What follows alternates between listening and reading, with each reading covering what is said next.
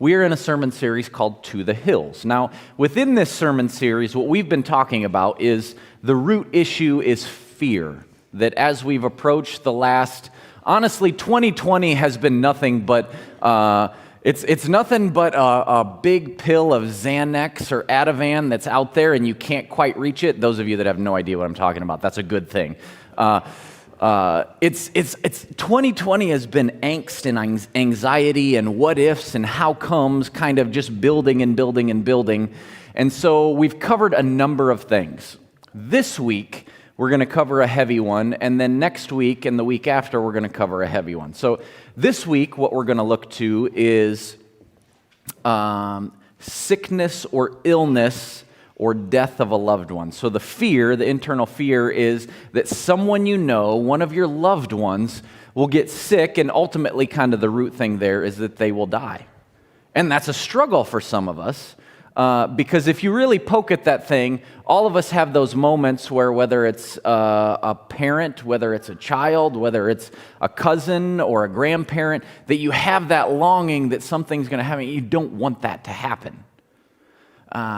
So we're going to dive into that in a second. And then I'll give you a prequel, is the next 2 weeks, we're going to be talking about government and elections and all of the fear around that. So when you're ready to jump into the deep end of the pool, the next 2 weeks, we're going to get down and dirty and start talking about some things. And I will tell you this, I'm not going to tell you who to vote for, how to vote, or that you should vote. That's not God's plan. What I'm going to do is tell you where God has been active throughout the millennia, not just 4 years. So, 2 weeks we'll spend on government things and election stuff, and we may hint at a few things that make each of us uncomfortable. And I am an equal opportunity uncomfortable maker, so whether you're red or you're blue, you will both probably be mad at me by the time we get done, and as long as you turn in faith to the Lord, I will be happy. But this week, what I want to do is I'm going to pray, and then we're going to jump in. And here's the question that I have for you, and you can either think about it while I'm praying briefly, because I think it's still honoring to God, or just listen to me when I'm praying. The question is where do you see this struggle happen within Scripture? Where do you see the struggle of the fear, angst, or the actuality of a loved one dying or becoming very sick? So what I want us to do is I was going to have us take a lot of time and do this, but I don't know that we're going to have a whole lot of time to get through everything that I have in store for today. And so we're just going to shotgun it real fast. You just tell me where you've seen those things when you've read through Scripture, where things didn't turn out the way that you really hoped. Or when you read the story, you go, that reads more like a Greek tragedy story than something you would think of in the Bible, that there is struggle within that. Just at the onset, that we're going to dispel that as soon as you say yes to Jesus, life is always wonderful. That's what we've wanted to listen to and feel, and the reality is there's still struggling and suffering along the way. And so we'll get a biblical foundation, and then we'll jump into one specific story. So be ready to tell me the ones that you can think of. Spirit, I ask that you would come, and I pray that these words that we will read this morning, words that are thousands of years old, would be written fresh and new on our hearts and our minds. That while we read them and maybe they just pass through one ear and out the other, that you would be able to make something stick. That your voice would ring through. That it would fall like a heavenly rain into our ears, and that we would hear you. And that in hearing you, you would change us, that maybe with each beat of our heart, that word, the one thing that you've prepared for us this morning, would stick. And Lord, for all of the other things that aren't that, I pray that you would gently let them pass. But give us at least one where your voice can reign supreme. In your powerful name, Jesus. Amen. Okay, so stories within the Bible where you go, ooh, that's not such a good story. What do you got? Lazarus. Job. There's more than two. Jonah.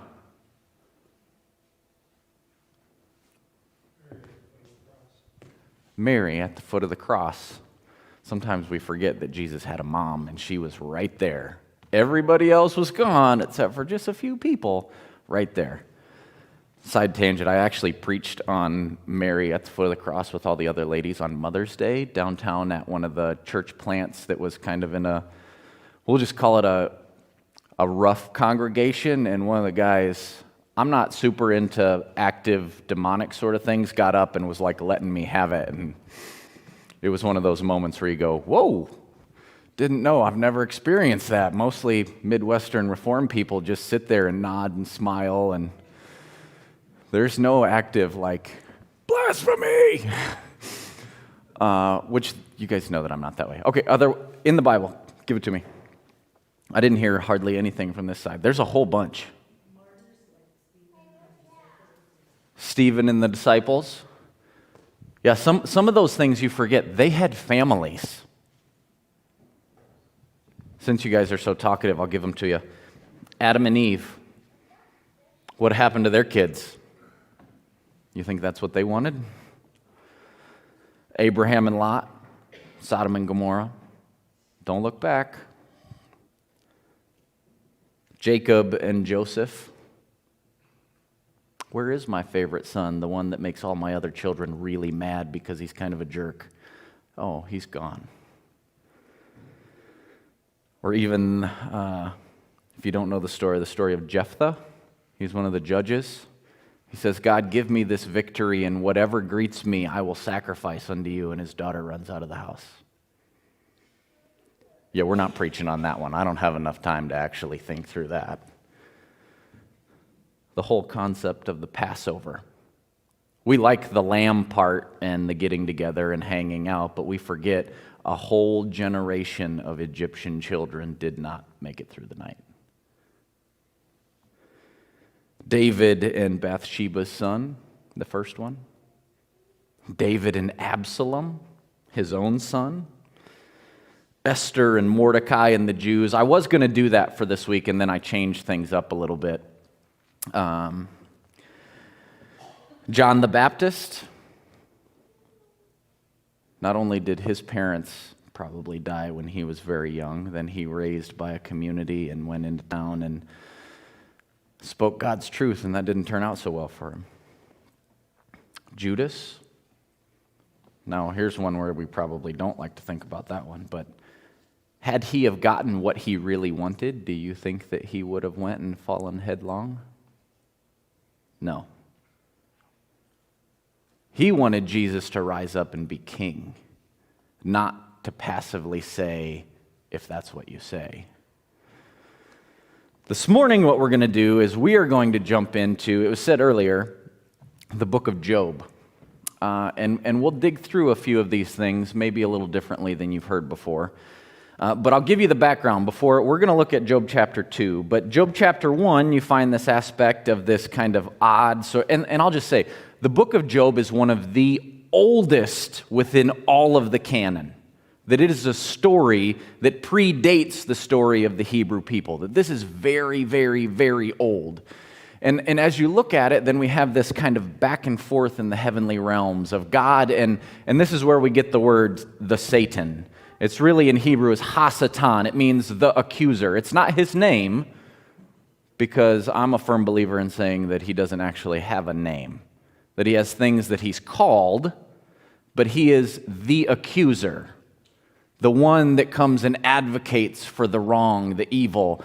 And he stands before God and he says, Job just gets this whole faith thing, and he worships you because you give him everything that he wants. And so God says, okay, take it away.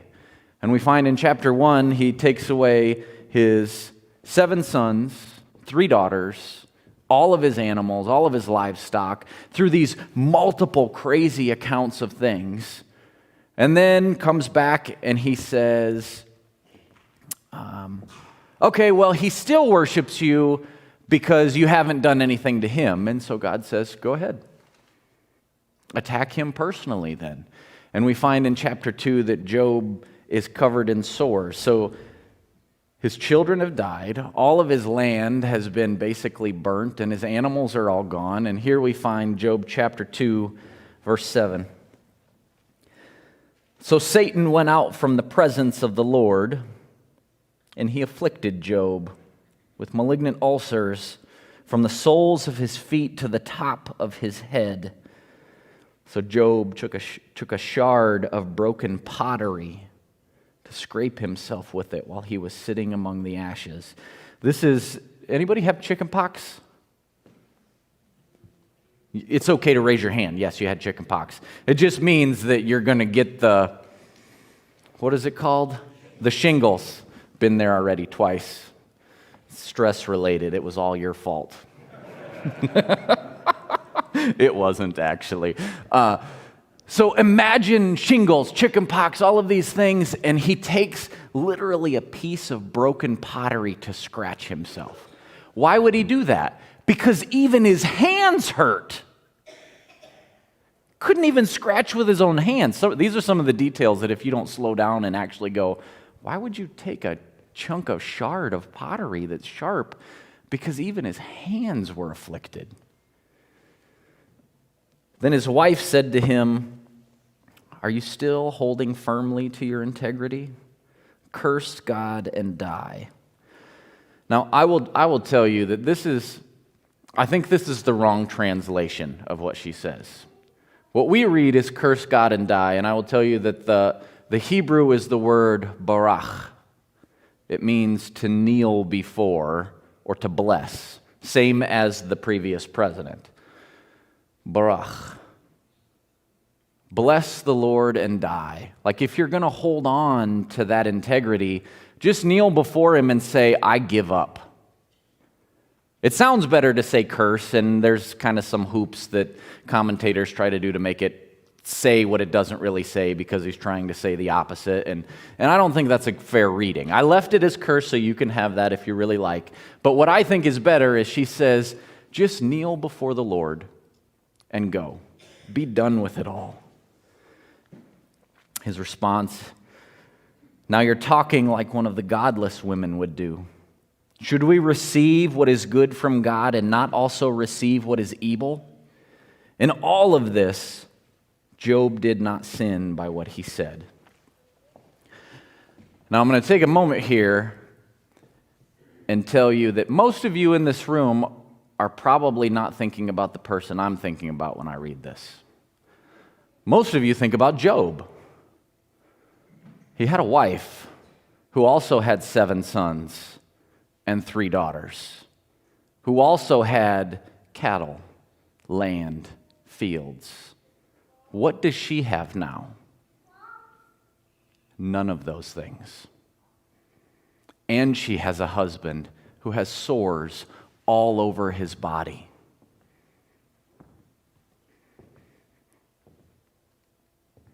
I can't imagine that it was very easy for her to live through that. Now, the topic this morning is that struggle, that fear of death for a loved one. She has seen it firsthand with all of her children and now her husband. To her, what it looks like is she will be the only one left.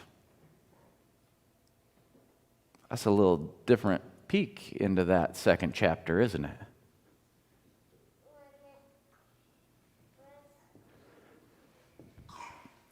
Now, we'll pick this up towards the end, but what I want to do now is address the reality of some practical fears that we have within this. And where I'm going to go with this is, how many of you were here the week when I talked about that your brain works in 2 ways? You have the fast brain and the slow brain.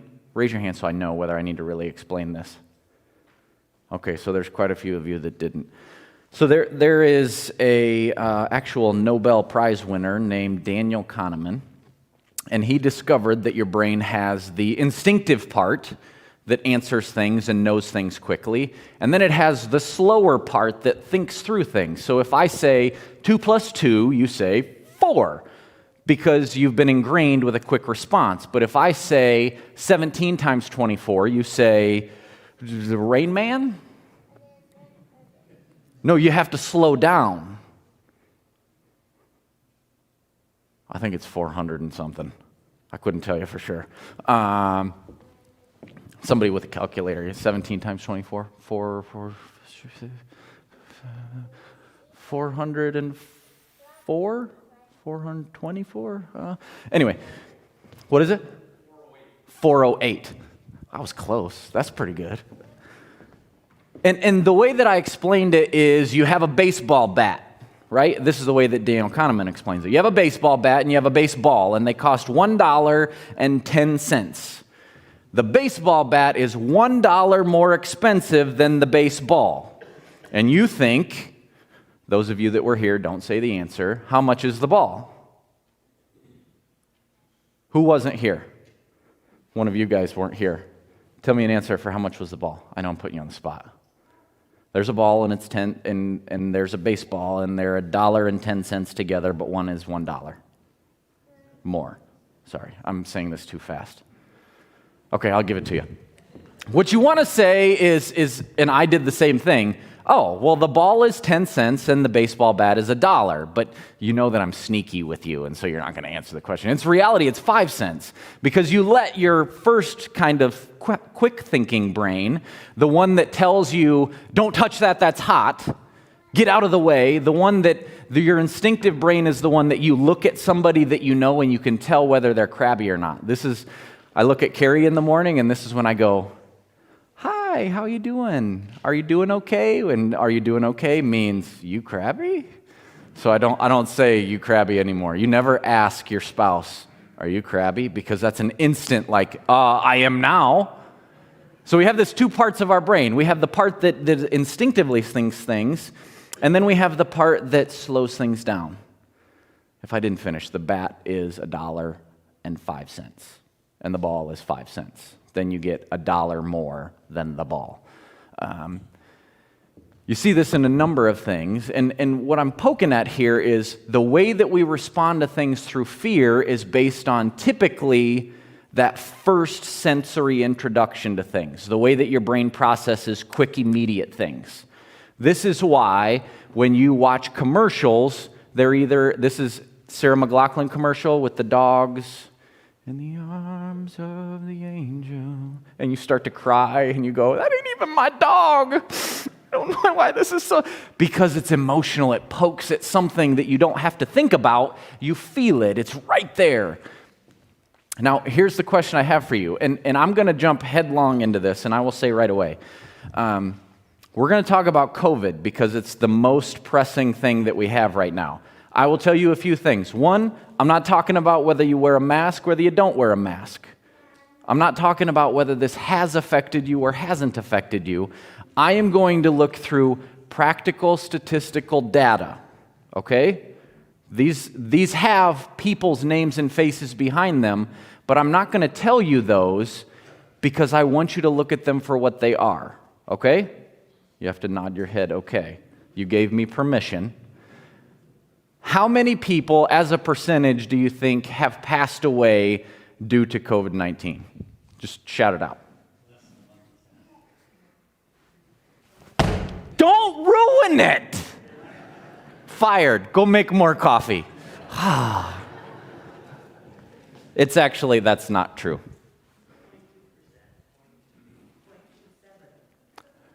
0.27, 0.2, like... Anybody else have other guesses? If you didn't hear them say it, would you think it was a lot more? Here's what I found. When I went out and they just had people randomly ask people on the street, how many people that get COVID do you think die from COVID? And they're like, oh, probably like maybe 30, 40% of people, maybe even more. That's the common conception. Now, you have to remember that we're going to use our slow-thinking brain right here to approach your head. We'll talk about your heart in a minute. Dave, you can put the first one up there. This is the United States as of yesterday, 2.8%. So you can see the big line going up is the number of cases of COVID, almost 7 million. You can see the line down below is the people that are actually confirmed deaths, and I rounded that up to 214,000. It's about 2.8%. Now, if you dig in a little bit further, Dave, go to the next one. This is from the CDC website, and this is called comorbidities. And it has a table. I didn't put the table because it's very, very, very, very, very long. But the underlying part is what's important here that's influential is for 6% of the deaths of that 2.8%, of that 214,000, COVID-19 was the only cause mentioned. So somebody got it that was healthy and passed. For the rest, there was an average of 2.6. I don't know how you have 0.6 other pre-existing conditions, but for everybody else, so for 94% of the people that have died from COVID-19, they had other things that were wrong too. So for those of you, you should be hearing, if you are a very healthy individual, you have a 6% chance of being amongst those. Now, we should look a little closer at locally, because sometimes when you look at the big picture, and I'll tell you that even on the worldwide scale, 2.8 is about the same across the board. It's roughly 3-ish. And if you even see the trend is it spikes early on and then it has precipitously dropped as far as people that are dying from COVID. Cases are way on the rise, yes. Dave, you can go to the next one. This is local. This is from South Dakota. So this is the age range and the people that have it, that have tested positive. I don't think this includes that category that they have of confirmed after the fact. Kind of they're filtering in some of the data of people that have the antibody test later and go, oh, well, you didn't take the test that said you were positive earlier, but you now have it, so you did at some point. So you can see kind of the swath there, where you got 0 to 9 is all the way on the left, and then it goes up by tens. So then you got 10 to 19, 20s, 30s, 40s, and you can see that once you get into your 20s, 30s, 40s, it's really high, and the farther down you go, then you begin to see less cases. Now, what does that look like as far as people that are actually dying from this? Go to the next one. Now, keep in mind, if you actually, I'm the first one that pokes holes in things. You can see the data. There's no 0 to 19 on there, because there's 0. And then you have 20 to 29, 30, and you can see it kind of goes up little by little by little, all until you get to 80 plus, 147. Now, keep in mind how many were in that category before, 1,000 and some. And so what looks like a huge climb, which is statistically within a small grouping, compared to the other one, would be just barely a fraction along the bottom. Now, if that doesn't get you, we can go to the next one. Here's what it looks like as far as the little box is one of the tables that they have at the end of their website. So this is the age range. And here's the reason we're going through this. Because we have fear. Fear is the issue. Fear is the struggle that we have. Not that somebody will simply get sick, but that something will happen to them and that loved one won't be with you anymore. Now, if you see the active cases at the top, that's 5,533. Of the total population of South Dakota, which is 858,000 plus, that is 0.6%. That means 99% of the people that you encounter do not have an active case of COVID. If you follow it down a little further, then you see total cases, 27,000, almost 28,000. That's 3% of that total population. So far, 3% of the population of South Dakota has had a positive case of COVID. Now, if you go down, then of those that have had COVID, 6.5% have needed to be hospitalized. Now, that doesn't say whether they came out of the hospitalization or did not. There isn't a way to specify that on that chart. And of that, 1%, the 286, have died from COVID. You can go to the next one, Dave, and it gets a little more in detail. If you're 0 to 9 years old, you have a 0% chance statistically. Now, let's be honest here. Everybody knows that there are outliers.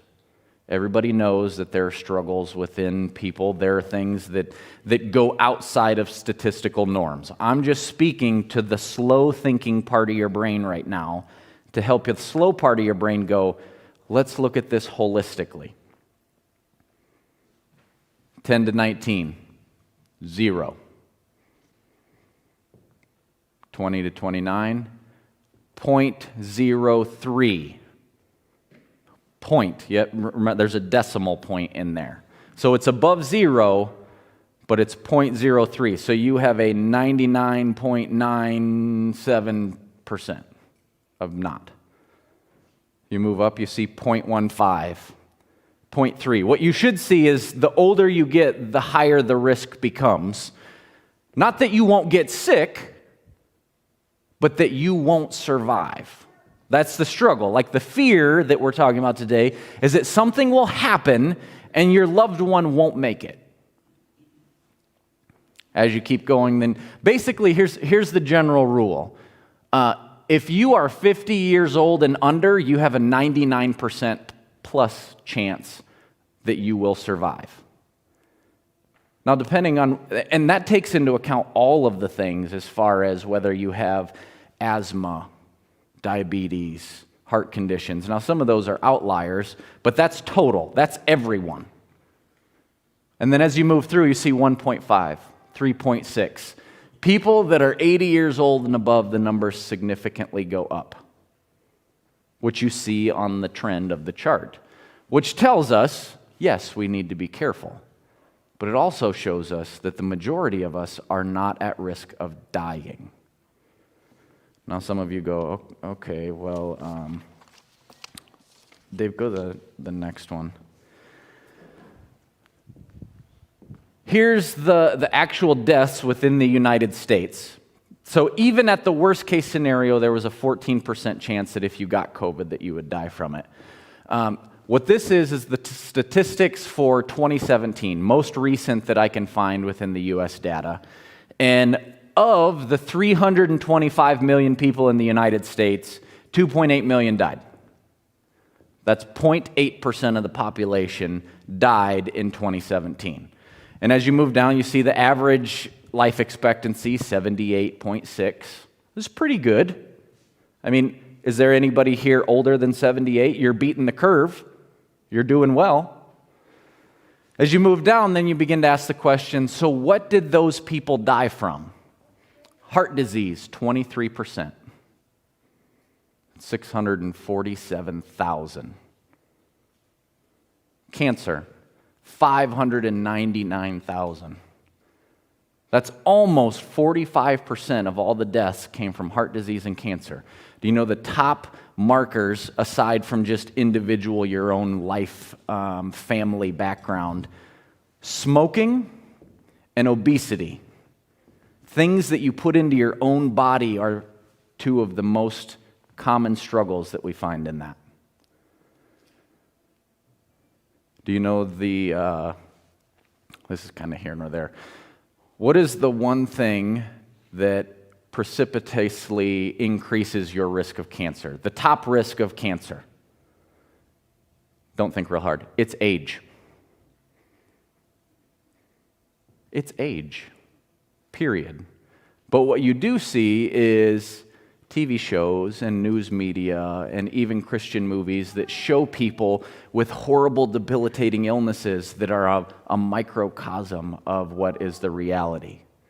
Now, you can go through there and see all that stuff. What I'm pointing out with your brain here, the slow thinking part, is we have a fear that something will happen to the people that we love. Specifically, recently, is COVID stuff. And when you look at the data, that's not a real solid. If I was betting, I would bet that you're not going to die. Now, that doesn't mean that people won't. But if I said you have a 99% chance of something, would you think that those are good odds? Most of us would say yes. But it still doesn't poke at the heart issue. You have the head issue that tells you the data and the statistics. But the heart issue is, I still feel angst about it.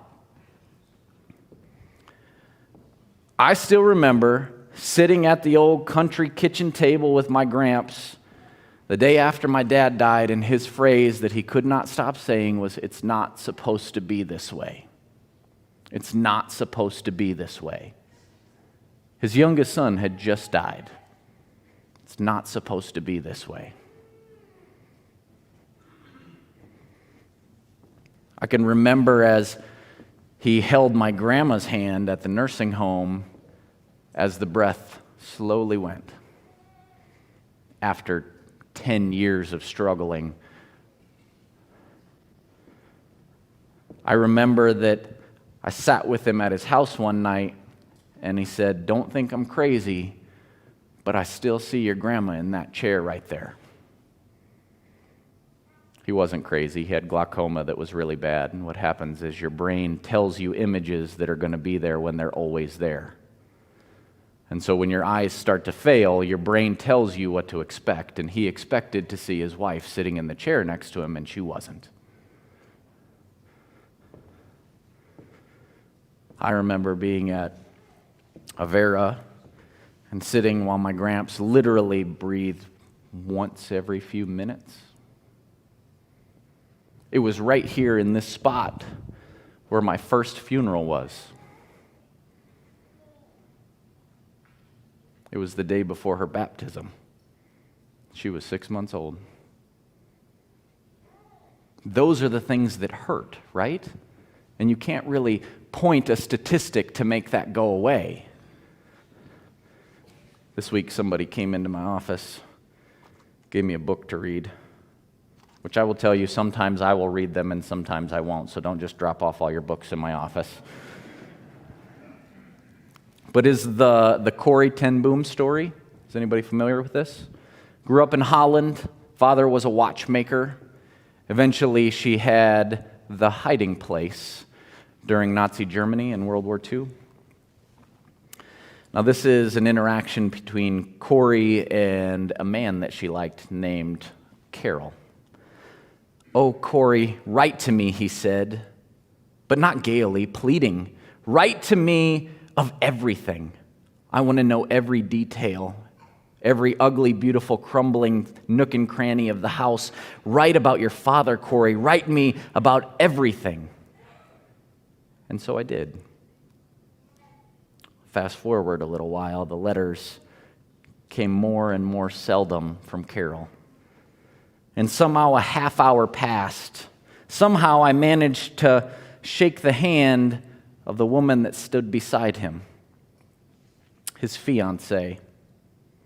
Now Betsy took them up the door, and before it clicked shut, I could feel the tears begin to come. How long I laid on my bed sobbing for the one that I loved. Well, later I heard my father's footsteps coming up the stairs, and for a moment I was a little girl again, waiting for him to come and tuck the blankets in tight. But this was a hurt that no blanket could shut out. And suddenly I was afraid of what my father might say, afraid that he would say, "There will be someone else soon," and that this forever awkwardness, this untruth would lie between us. For in some deep part of me, I knew already that there would not be a soon or an ever or an anyone else.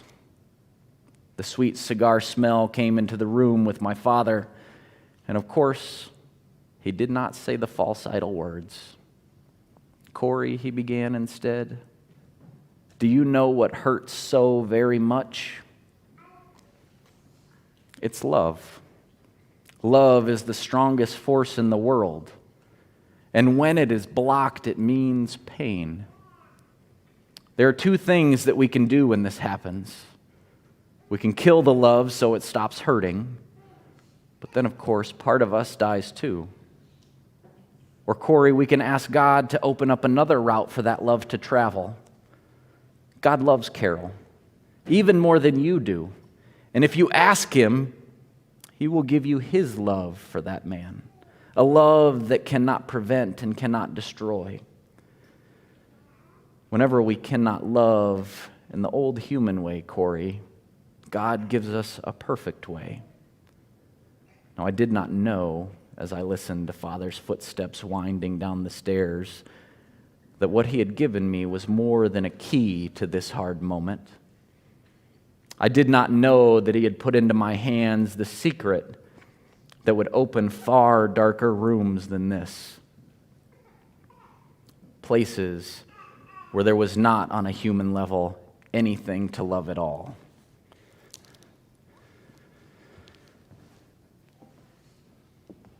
We can look at statistic stuff and go, okay, I can reason with that.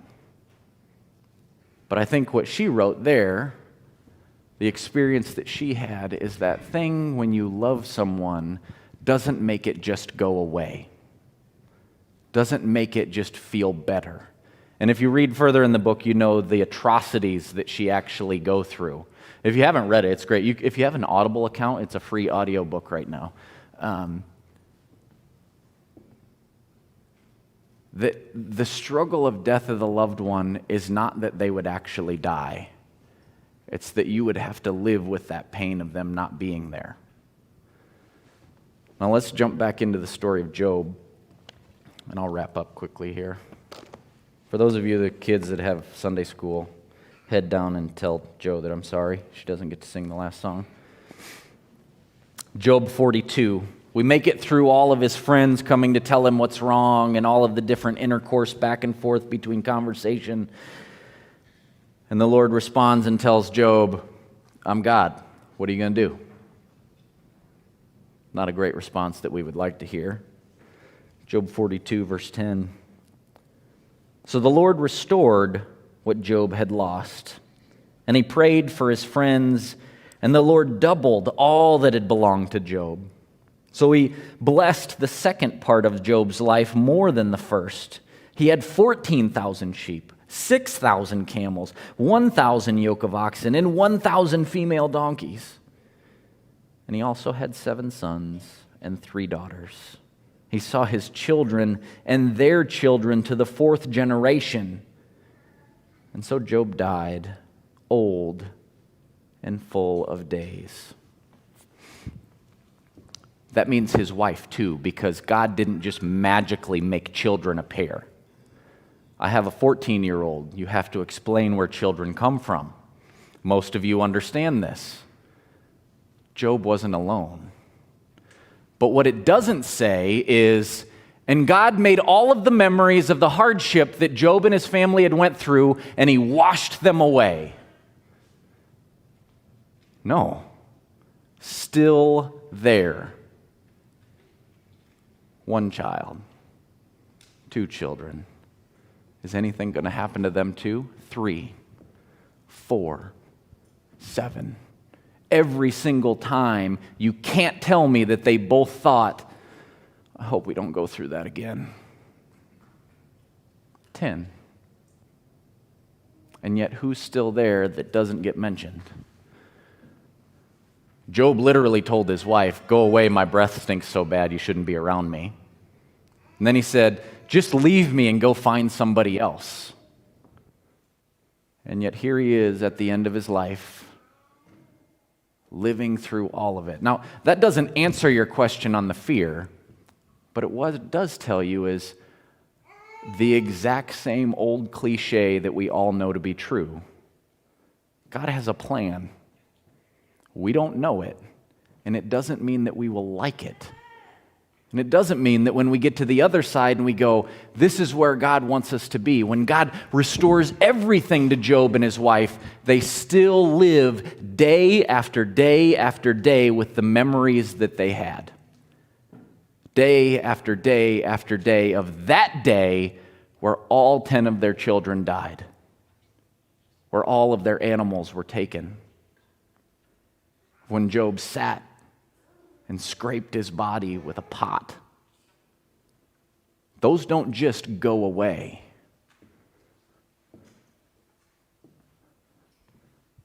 There's also something else that doesn't go away. And I'll leave you with this. You can consider this your benediction.